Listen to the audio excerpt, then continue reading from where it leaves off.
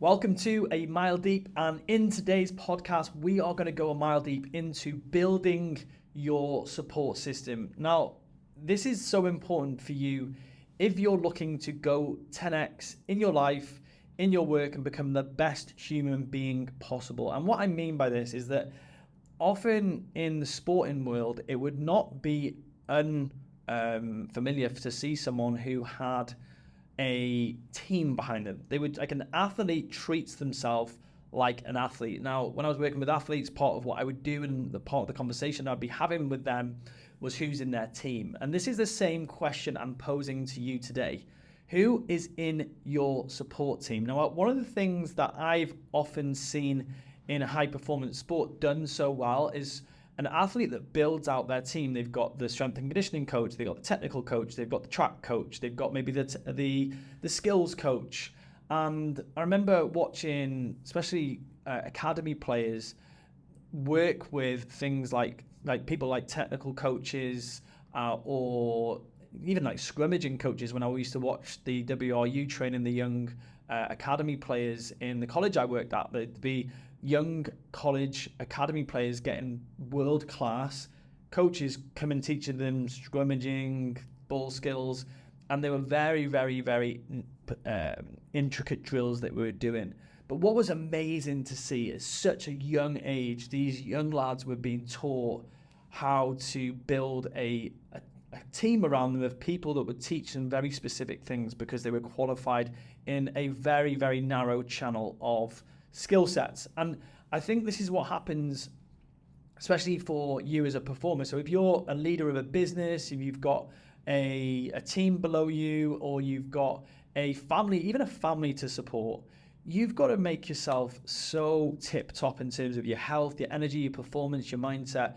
And here's the thing, I think this is what, when I was actually walking through all the things that I've invested in over the last, say, year in terms of my health, my fitness, and my performance, I could see it as quite a big cost. And that's the first thing I actually, oh my gosh, I've actually spent so much money on this. I've invested so much money in my health and my performance.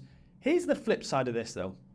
Disease, ill health, psychopathology, being depressed, all the things that are associated with not investing in a support system, like a marriage breakdown, cost a lot of money. Like, I know this. Like, for example, going through a divorce because you haven't invested in your marriage in the right way can cost you a significant amount of money. Now, one of the things that I've noticed in high performing people is that they are very, very good at asking for help. It's paradoxical because we think the highest level performers in terms of leadership don't struggle, they don't need help, but actually the best leaders I've ever come across are very, very good at asking for help very, very quickly and going to the right person. And part of one of my mentors really early on, and I'll talk about having a mentor, really early on, he said, Ben, don't become the expert, become the expert at referring to experts. And Benjamin Hardy talks about this in Who Not How. It's finding your who's.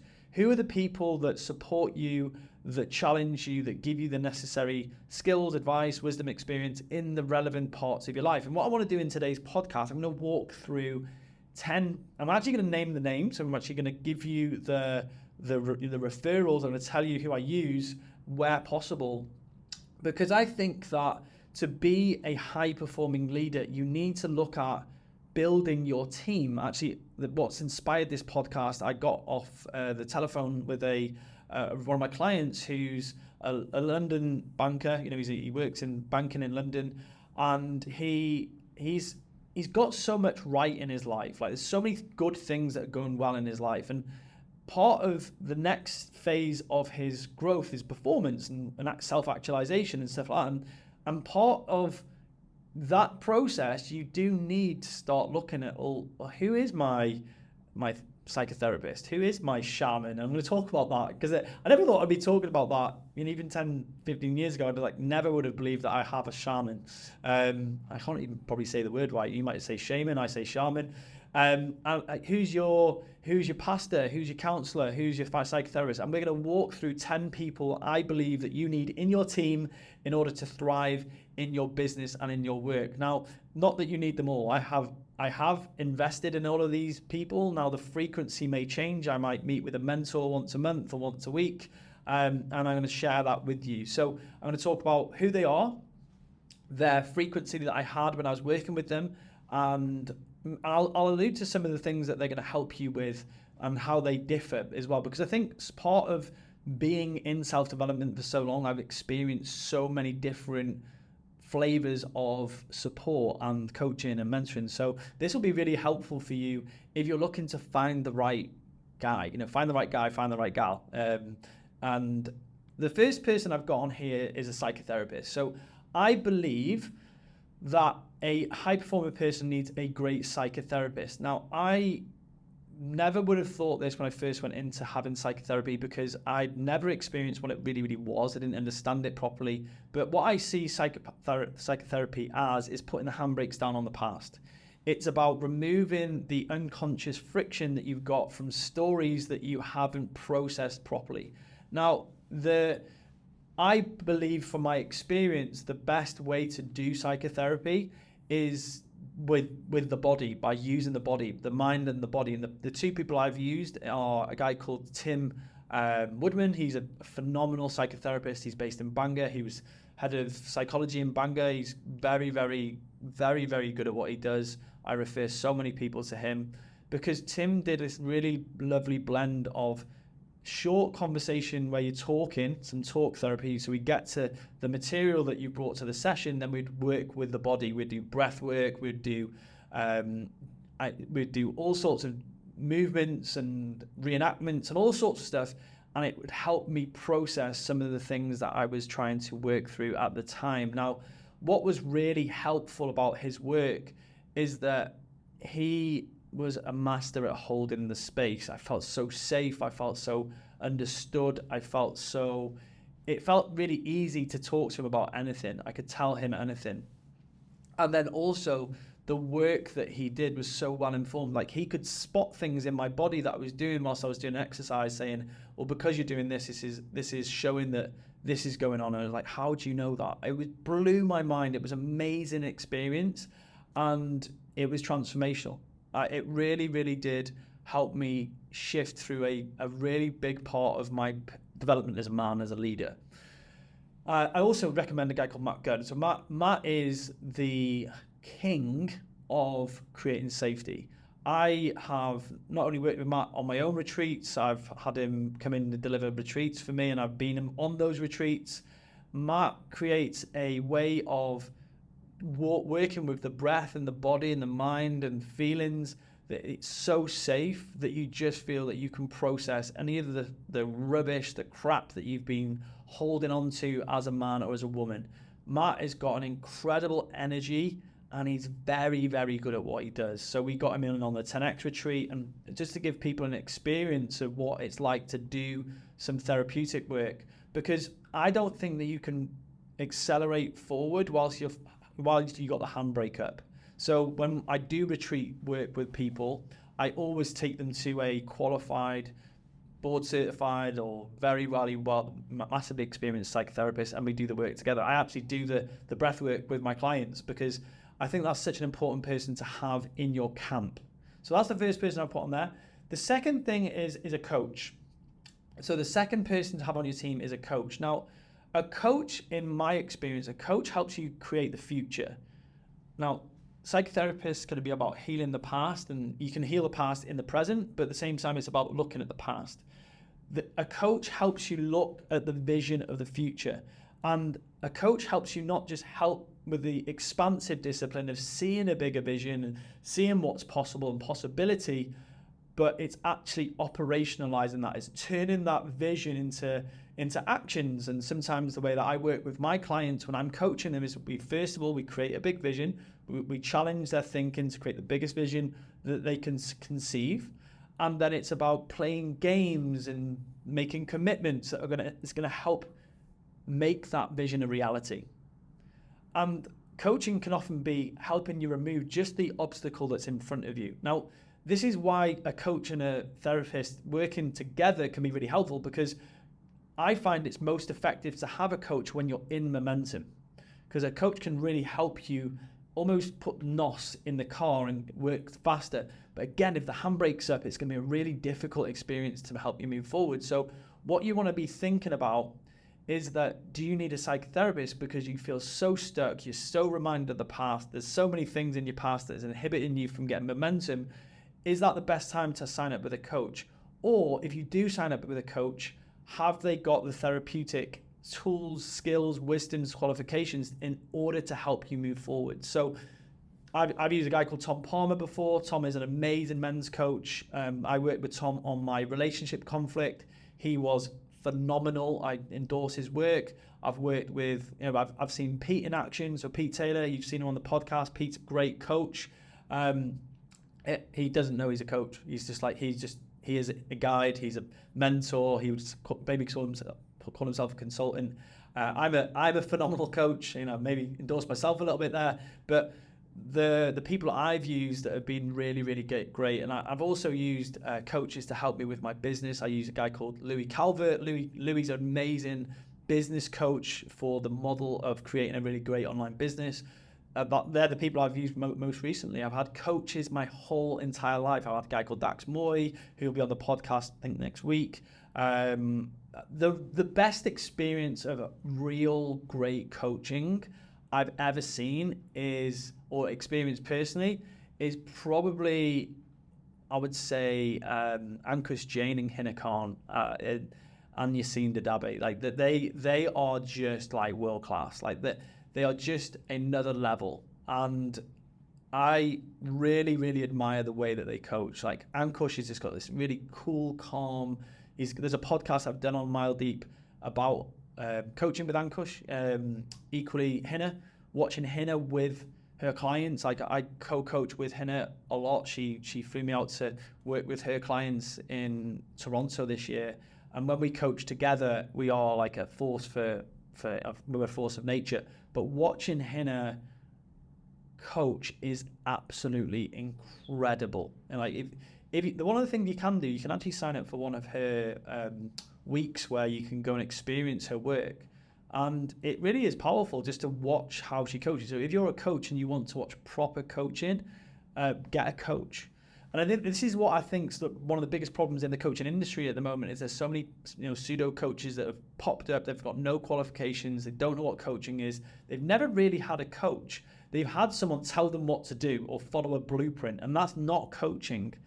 So I think coaching is a very nebulous term now in the coaching industry, where to truly watch a masterful coach and be coached by a really good coach is a real great experience. So come on one of my workshops. Like I coach people live on my workshops, and it's where you really, really slow down and you hold the space for someone.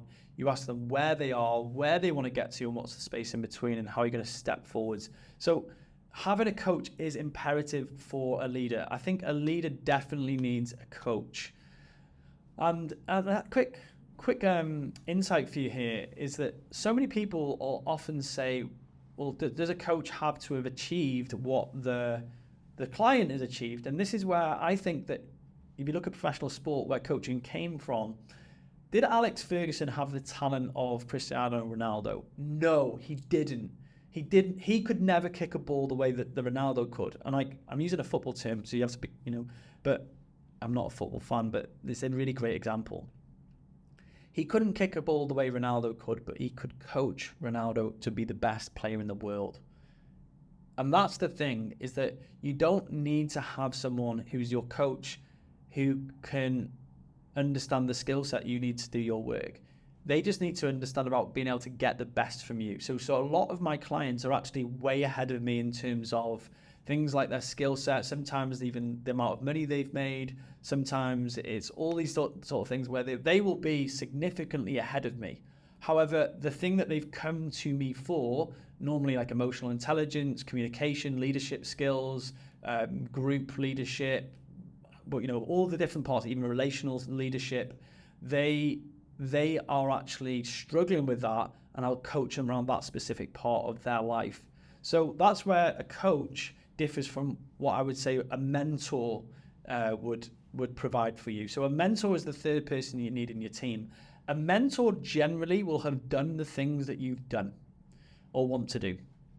So a mentor is someone that's probably way ahead of you. And this is where you like, I had actually one of my clients who's he owns a real estate brokerage. He said, like, I need to find a mentor. And I said, well, go and ask the CEOs of all the brokerages in Dubai, ask would they be open to sitting with you once a week, once a month, once a year, and being that mentor for you. And this is what I think, you can get a really good mentor for free. You can pay for a mentor. You can create an agreement around getting a great mentor.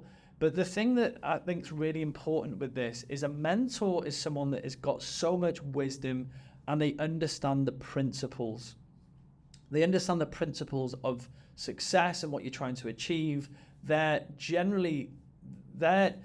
going to give you a blueprint. And that's what I think that so many people think that what a mentor is. A mentor is generally someone that's achieved what you want to achieve, and they know the thinking that gets you to where you want to get to, and they can appreciate where you are as well. Because here's the problem sometimes is that when you just start out on your journey, whether it's in the fitness industry, whether you're becoming a coach, whether you're a consultant, whether you're a manager, whether you're a leader, and you get someone that's way out of your stratosphere, if they're not a good mentor, they can't teach you the thinking that gets you to that next phase. And this is why it's so important selecting a great mentor. It's like working out, is that the right relationship for you? I've got a client I used to have in Fast Way to Fitness, and he was a really successful businessman. And he said that Bernie Ecclestone was his mentor. And Bernie Ecclestone is the owner of F1. And the way that they used to do mentoring is that Bernie would fly my client out to have dinner with him, and he would mentor him. Because this is an important thing to remember, is that there's a real big need for people that are successful to pass on that knowledge. Of working with one of my clients the other day in the coffee shop, and I said, by the way, you've got so much wisdom that you want to pass on to people that are going to need it. And that, it sounds like that's a desire for him. It's actually a type of love. It's mentorship and mentorship of other people, especially for men, is so important. So finding the right mentor is generally finding an industry-specific person that's going to help you. And you can have a general mentor, like I know, like Jack Canfield and Tony Robbins, and they have like more of a generalized success mentoring program that can apply to all industries. But there's something amazing about having someone who's done what you've done. It's like, oh, by the way, when I was struggling with that, I just did this. And it really does help having a mentor. The next person I've got in your team, so number 4, is a physiotherapist, a chiropractor, or a masseuse. So what I think is really important is to understand who to go to for which thing. Generally, if I've got what feels like a back pain, or that I feel out of alignment, because I tore my hamstring when I was 21, which meant my sprinting career was over. So I've constantly got this misalignment going on in my lower back. So I go to a chiropractor, and they'll be the first person to get me aligned. I feel better after being to the chiropractor. And then I will use something like a massage therapist. I use Dr. Stretch in the UAE. They're phenomenal about keeping me in check. Now, the thing about what I've noticed about going to the chiropractor is when I finish, I generally feel like loose, mobile. My head, especially like when they do the neck manipulations, I feel way more aligned, and I feel like loose. Whereas when I go to Dr. Stretch, I feel more flexible. Dr. Stretch isn't a person, it's a business, it's a franchise business. It's just come to the UAE. There's ones in London, there's ones in Dubai. It's a phenomenal experience. I highly recommend going. So it's understanding which one you need. And I think this is one of the biggest problems a lot of people have. They don't know whether to go to a physio, a chiropractor, or a masseuse. By the way, I've just noticed in none of these you'll see a doctor, a GP, which is actually an important person you actually need to understand. When do you go to see a GP? So a physiotherapist, a chiropractor, or a massage therapist. Having all of those people in your team is important. Do you go to every single one each week? No. I've gone to different, like I've probably spent, the most money I've spent on self-development is on this part. Physiotherapists, chiropractors, massage therapists, trying to get some support around. I've got a really tight left hamstring compared to my right, even though it's my right was the one I tore, which is crazy. And finding people that have guided me along my way of staying healthy, keep being able to run, doing my gym work, has been a real investment of time, energy, and money. Especially out in Dubai, chiropractic costs a lot of money, so does physio. But at the same time, the bang for buck, how it makes me feel, training is the thing that keeps me psychologically strong, well, and on the road. It's like if you're a leader and the gym is a really important thing for you, one of the worst things that can happen to you is that you get injured and you can't go and do the thing that keeps you feeling good. So sort that out quickly. Don't have back pain way longer than you need to. And I'm going to talk about this at the end of the session. Was a very left field way that I actually cured some back pain. So the next one you need is a group. Now, this is the most important thing for people to have. A group of people who challenge them, support them, and create so much support for them that they want to move forward in their life. They get challenged in all the different areas. You absolutely need a group. I run something called the 10X Tribe. That's a group. It's where people come and talk about their business, their relationships, their money, their health. Every single week we talk about those things because you need a group to keep you sharp. Iron sharpens iron. And the thing that I often see people do is they become an island. They don't invest in a community. And you need community. I cannot say this. Like, if you're listening to this podcast and you feel isolated, lonely, and you haven't got a group, go and find a group. It was extremely difficult for me to find a group of men when I really needed some support when I was going through my divorce and there was things in my psychology that weren't right, and I couldn't find that. So I created something that was really, really helpful. It's Awaken Man, the podcast, I'm also on there as well. The current group I run is called the 10X Tribe. It's for people looking to have that inflection in their life. But like a men's group, like if you're looking for a men's group, specifically men, where it's just men talking around men's things, Awaken Man is amazing. And this is the thing that I really do endorse, is that you find your group, whether it's physical in person, whether it's a group of friends you get together. You might need to be the person that brings people together, but if you're a leader, you need a group. I cannot say this strongly enough. A training group. I've recently brought together with my friend Andy Clements a group where we run in the desert in Dubai, and we've got guys who are all different levels running together every Saturday. And it brings me, I'm so excited every Saturday morning to get out with that group. You need a group. I cannot stress this enough. Building your team, you need a group.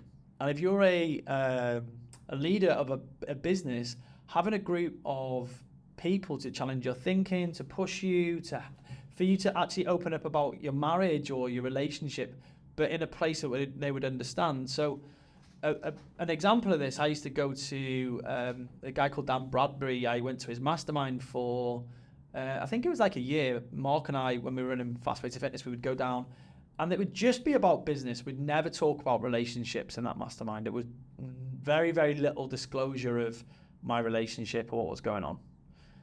Whereas I've had other groups where that's all I would talk about. So what I think the problem is a lot of business leaders end up in this businessy conversations where they don't get to talk about the things that really matter, like their health, their relationship, their psychological health, in a space which is safe. You can't go to a BNI meeting and talk about that sort of stuff. It's not the right place. And so what I think happens with a lot of leaders, they get what I call pseudo support. They think they're getting support by just being around a group of people, but they're not getting the support they really need. And this is where, like, going for beers down the pub with your mates, yes, it's great to have that connection, but are they the people that ask you the hard questions around your marriage or your health or your business? And then that's not always the case. you need a group. The next one I've got on here is I've got breathwork coach. Now, there is a big shift in me personally when I've done my work. So every Friday I go to a lady called Constance. She is amazing. She's in the Achiever studio in Dubai. It looks over the Burj Al Arab. It's beautiful. And the experience I have with Constance is she holds an amazing space. It's one-to-one. And I work with the breath, and this is where you do like long inhalations and exhalations, or mouth breathing, or certain types of breathing. And then you do it for long enough, like crazy stuff happens in your body. But the biggest thing is that what happens in your soul, your mind and your soul. Things come up that you've been holding on to. They can be emotions, it can be joy, and you express them. They come out, and I find myself sobbing like a little boy, tears rolling down my face, ugly crying, letting it all out in that space. And what that does, it gives me capacity to hold the emotions and the challenges of my life and the life of the people I coach. So for example, when someone comes into my coaching space, whether it's online or in person, they can express so much hurt and sadness, and I've got so much capacity for that because I'm a leader, I've done my work, and I don't get triggered by their material, their struggles. So it means that someone can feel really safe in sharing something with me in a coaching space. I also know my remit. I also know when to say, do you know what, I think a psychotherapist would be more appropriate for you to work on this with. And I don't, it's not like someone starts crying and I said, oh, go get a psychotherapist. It's that if something is inhibiting them from moving forwards and keeping them in momentum, which is my role as their coach, to keep them in momentum, I will then go and prescribe, do you know what, I think that there's so much material from your past getting in the way here. Maybe go and work with one of these people. I often share the links to the people that I've mentioned earlier on in the podcast. So that's a really good one. Constance is like world class, by the way. The experience is phenomenal. I really endorse her work. She's amazing, really calm, very flowing experience, which is really interesting. That like a lot of the people I would have gone to in the past would be male, and there's actually Kristen Sargent, who I work with from the Tools. She was an incredible therapist, like really, really great therapist, and Constance. So I think, especially in this season in my life, I've pretty much only had male mentors for the biggest part of my 20s, and I'm starting to have way more female mentors in this phase. Like I would say, even listening to Hina coaching and like inspired by her way of thinking has been a big part of what I've been navigating over the last couple of years. Is like, I really like the way that she presents things. So choosing the right person for you is actually really, really important. And I like working with male breath coaches. I also really enjoy working with female breath coaches. I don't think the gender really matters, but it's about who you feel safest, who you feel can really help you navigate the more tender emotions that will probably come up during the breathwork session. Because that's what happens. It's often unexpressed sadness, grief, sometimes even anger and rage. But when you do the work with the breath, what comes up underneath is all the stuff that you've held on to. And that's often the thing that's getting in the way of your success. The next one is you need a marriage counselor. That's an interesting one. Is like having a marriage counselor or a counselor that you can go to when your marriage isn't going well. Now, I wish I'm very grateful that I got divorced. It wasn't the right relationship for me.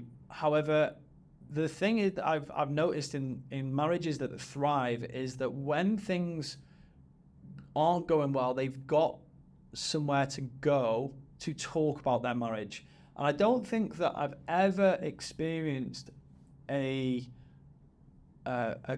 couple or someone talking about going to marriage counselling or going to a good marriage counsellor who said it's been very, very effective. Now, Yassine was a huge part of, like, when I was going through my challenges personally and I was in a relationship with Poppy, Yassine was he was my guide through this. And like, this is the thing, he's done so much work on like marriage and family therapy, and he was the guy that I would talk to about this.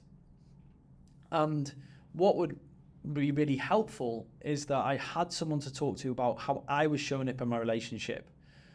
What I would definitely recommend, having done the work I've done and the learning that I've done, is that it's almost like, if you want to do the work together, the best person to go to would be a Gottman trained marriage therapist. So a Gottman trained marriage therapist or a counselor. So that's my opinion. I'm sure that if you're listening to this and you'd like to challenge that, and you'd like to come on the podcast and talk about how you do things differently, please get in touch, because this is something that someone reached out to me the other day. I actually haven't got a recommendation for this. Like, I wouldn't say this is my go-to person. Like, Yassine was my person, but I spoke to him on my own. I know that some of my clients have gone to Tim as a couple before, Tim, the psychotherapist I mentioned earlier. But having someone to talk to with your partner and a trained marriage counselor is going to be imperative. It can save you so much heartache. It could save you a divorce. It could save your relationship. It could save so much struggle for the kids.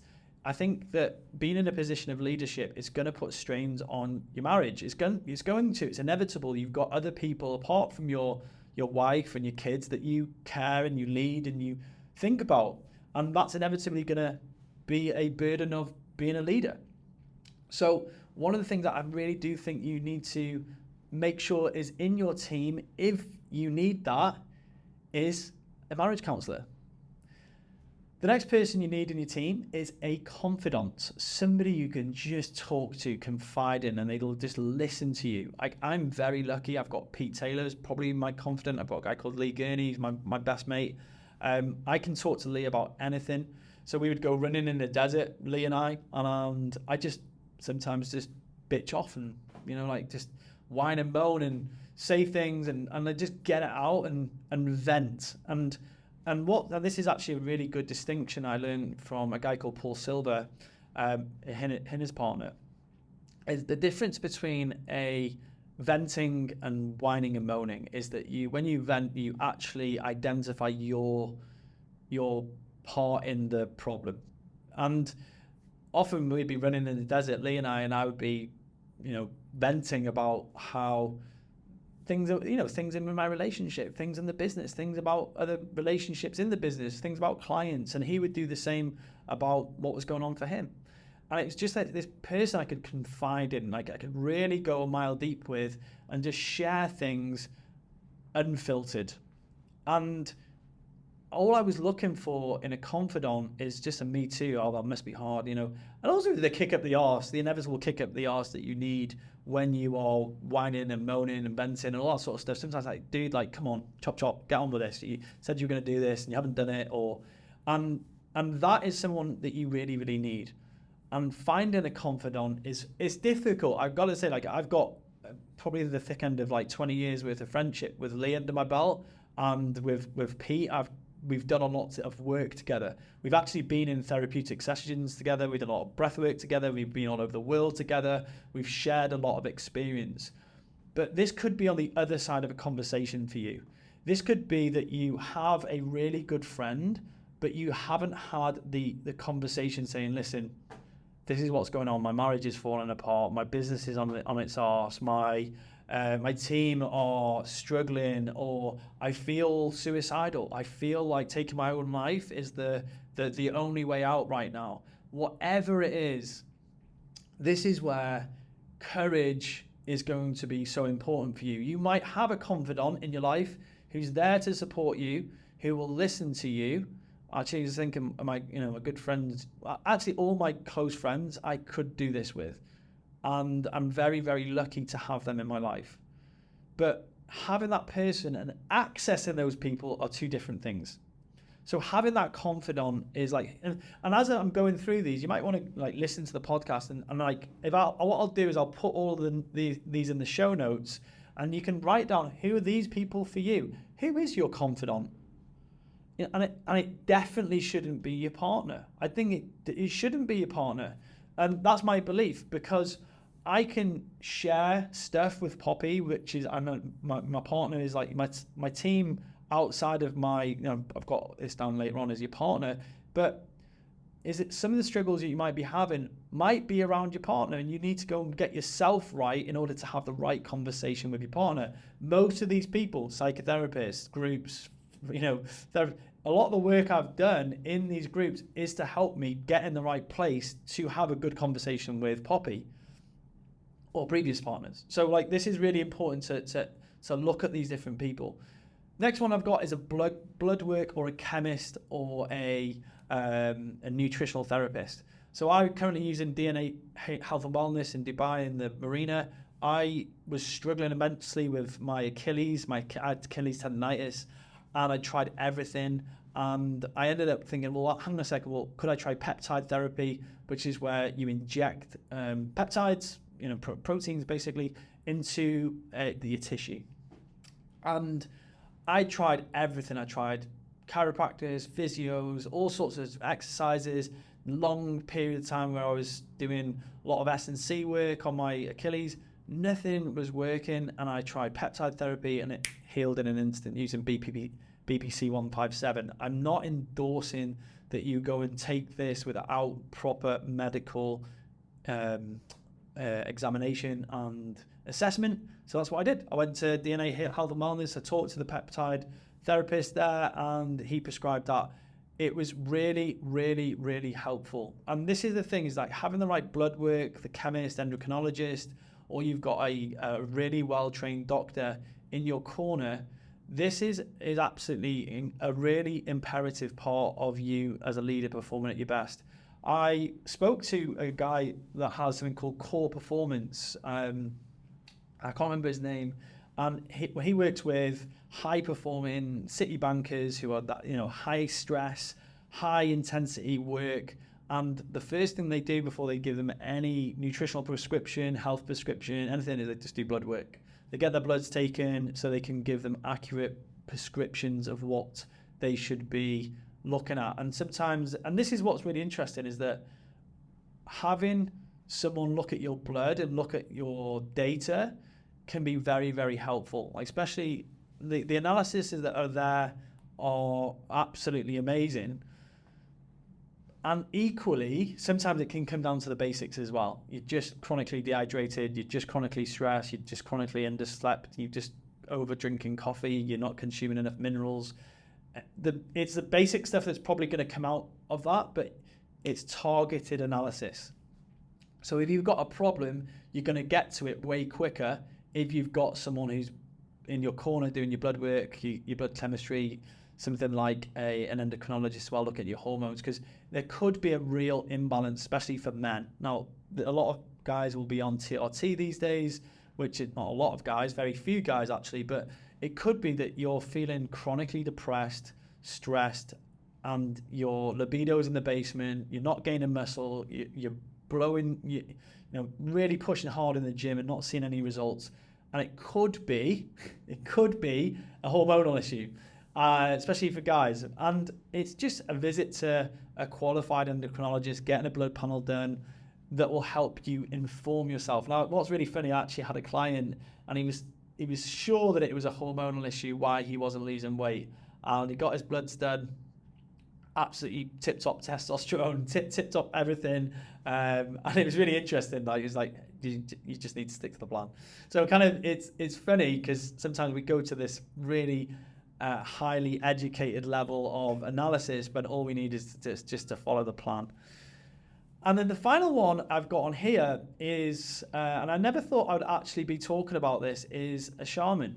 And I'm going to talk about this on a podcast in the future, and I go in a mile deep into this, is that for years I had this calling to do plant medicine. I was like, right, okay, what is it that I'm interested about around plant medicine? Why do I want to do it? Is it because I'd seen so many leaders that had gone and had a plant medicine experience where they'd gone and done ayahuasca or DMT, or they'd gone and done magic mushrooms, and the problem I think that we have is that we have this social conditioning that this is bad.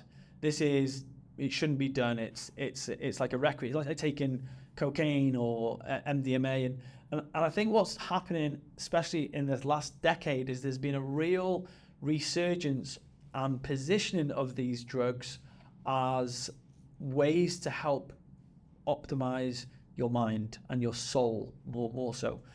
And I just didn't know where to go. I didn't know where to start with this. I didn't know how to find the right person. And it was actually like talking with Pete, and Pete and I said like one of the things that we wanted to do was to work on our two things, on faith and our spirit, like working on spirituality. And I met a guy called Danny Saggers. Now, Danny is a medicine man. He's a healer. He's a shaman. And I just felt so like I could trust him. And one of the things that was really, really helpful for me was going and doing the experience with him.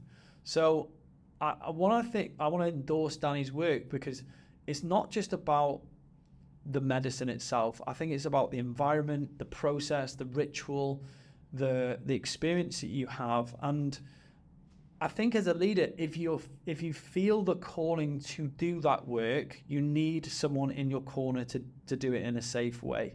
Because I've heard people have that experience, and it's been a really bad one and a really negative one. It can be psychologically damaging instead of a real beautiful, opening experience like I had. And I'll share a little bit about my experience now, but I'll do a podcast where I go a mile deep on that. I might even bring Danny on to talk about that.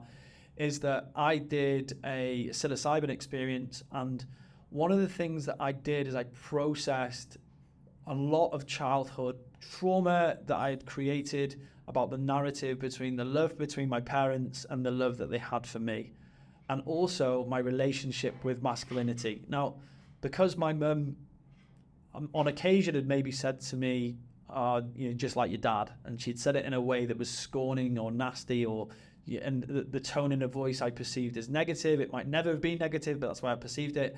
I believed that being like my dad and being like a man was a bad thing. So in my deep rooted in my psyche, I had this real big problem with my own masculinity and my relationship with my dad. And in healing that, in changing that relationship, so working with Danny, doing work with Tim, my psychotherapist, doing the men's work at the same time, this took about 6 years in its entirety. But I can honestly say the shifts that I had in that process was aided by the medicine. It was a real great experience for me. It was a lot of fun. I've got to say, it was a lot of fun. It's a crazy experience, the actual experience of doing that work. However, I used it as a very, very, what's the word for it? Intentional psychotherapeutic tool. I wasn't doing it to have a load of fun. Maybe might be something I do in the future, but I don't see it as that. I don't see that person as someone to go and do recreational drugs with. I see it as someone who's there to move you a mile deep very quickly. And in healing that stuff, I can say I'm a much better leader. I'm a much better coach. I can feel way more emotions that I wasn't able to feel at the intensity that I feel them now. I express way more joy. I feel love way, way deeper than I ever felt before. And what it does, I think it's like the capacity that it gives you. So if you're a leader and you feel that you've got all these things that are good in your life, but you're not fully able to enjoy them and experience them, one of those people that I've talked about, especially like psychotherapy and breath work, that actually might be all you need in order to experience that. And I think this is something I've worked with a lot of leaders on, is that they've got everything. It's like, I've heard so many leaders say, I've got it all, but I'm still stressed, overwhelmed, I'm numbing, I'm doing all these things, because they haven't got or felt the capacity to experience those emotions. So having a shaman or whatever you want to call them, medicine person in your corner is and can be part of your team if that's some of the work that you want to do. So that's my team. I've talked about the people in the team. I'm going to put them in the show notes. I'm going to put their Instagram handles so you can reach out to them. If you do, please say that I endorse their work, because they've changed my life. They've all changed my life in different ways. They've allowed me to be the leader I am today. They've allowed me to change my life substantially.